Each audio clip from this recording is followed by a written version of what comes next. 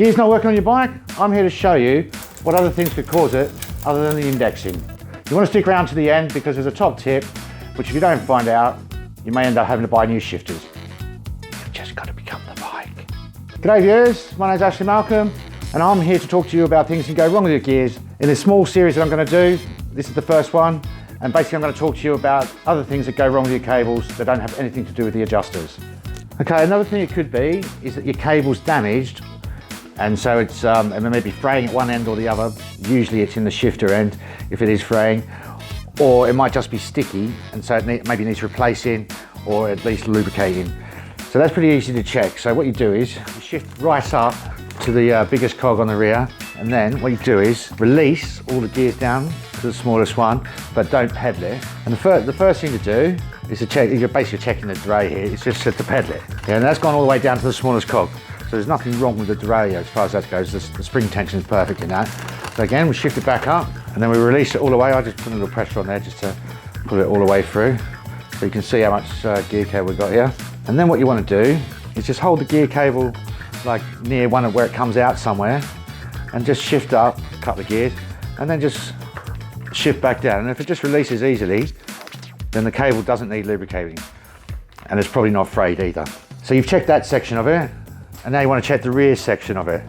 So the way to check the rear section, well, there's two ways. First, you take the cable out, of the outer cable out, and you just see if the cable moves fairly freely through there. And if it does, then it's probably all right. And you just pop it back in, and then what you want to do is pedal the gears again, pedal the cranks again.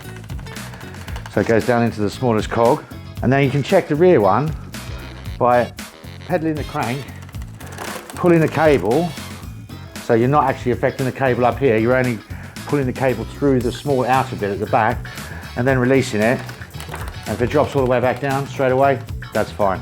Now the way to check if it's frayed or not is to have a look around the actual pinch bolt, because sometimes it gets frayed there, and once the fray's on the shifter side of the pinch bolt, then it'll start to like unwind, and then further up the cable, it could be gathering up inside the outer cable or inside the shifter.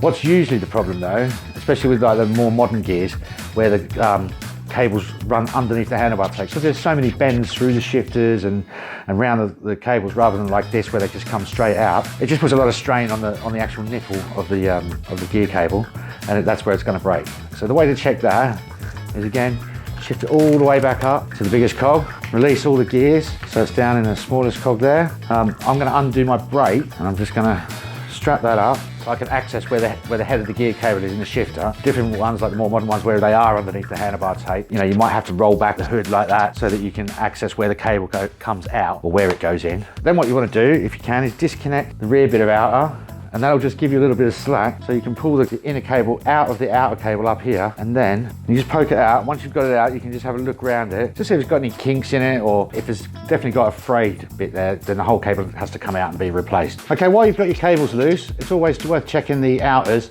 just to make sure that the ends are okay, they're not splayed or split, and also the ferrules, because with the more modern plastic ferrule ends, the cable ends for the outers, they often split after a while, just through the handlebars moving and, you know, getting caught and stuff. So take a good look at those and make sure they're all right. So what you want to do then is just put it back into the shifter, so it's in situ in there, feed the outer in there, go back down the back of the bike, pop your outer cable into the gear stop, undo the lever, and then pedal it back up. And then just check the gears one more time. Always check the gears when you've been messing around with them for anything, just to make sure there's no snags anywhere, it's not caught anywhere, because you don't want it to cause you trouble out on the road. So at the start of the video, I promised you something that would stop you having to get new shifters. Basically, if you let your cables break in the shifter, or even just start breaking, the head may get stuck in there and you'll never be able to get it out, and then it's a whole new shifter. And in some cases, it's a pair of new shifters. So if you found value in this video, hit the like button down the bottom and share it with anyone you think might benefit from it.